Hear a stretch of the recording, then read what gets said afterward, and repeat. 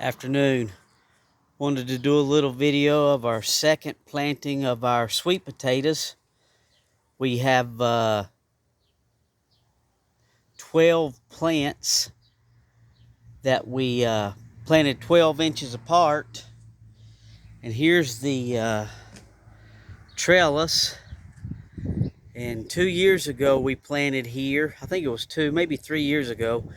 We planted here, and these things, same variety, Georgia Jet, grew all the way up this trellis, all the way up to the eave, and curled around and grew inside the gutter. That's how tall they grew. So with any luck, and they made some really nice huge potatoes. So with any luck, we'll get some nice potatoes out of these. I have a video in the playlist that I made 2 days ago on how we planted our sweet potatoes on the other side. And we just add a little bit of, let me see, a little bit of bone meal, a little bit of tomato and vegetable fertilizer to each hole. This bed's been amended with grass clippings, mulch, compost, composted leaves, and Pro Mix. And since they're not tall enough to reach the bottom run, what we do is we've got a barbecue skewer in the ground at every plant, and we tie a piece of yarn to the barbecue skewer.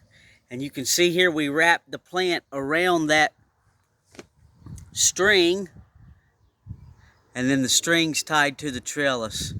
Now once these plants get tall enough to get to the trellis, we won't have to use the string technique anymore. But this helps them to keep them off of the ground when they're not tall enough to reach the first run of this trellis. You can see everyone's barbecue skewer, and we lightly wrap that sweet potato slip or plant or vine, whatever you want to call it. We wrap it around that string. We don't pull the string really tight. We leave a little slack, and these things will grow right up that string, right to the trellis, and they'll be off and running. So just a little video on our second planting, how we do it, how we string them up to get them to the trellis. And then once they get to the first rung, they're usually pretty good on their own. We can wrap it around that, and then as they get it tall enough, I'll tie them to the second one, then the third, then the fourth, and then I just wrap them around the rope. And that's how we do it. Georgia Jet variety, Zone 5. Sweet potatoes in the ground. Lord willing, we get some good weather here. I watch the weather for the next week, and 70s and 80s during the day, 50s and 60s at night. Sweet potatoes like it around 60 degrees in the soil, but we are a little early, but I think they'll do just fine.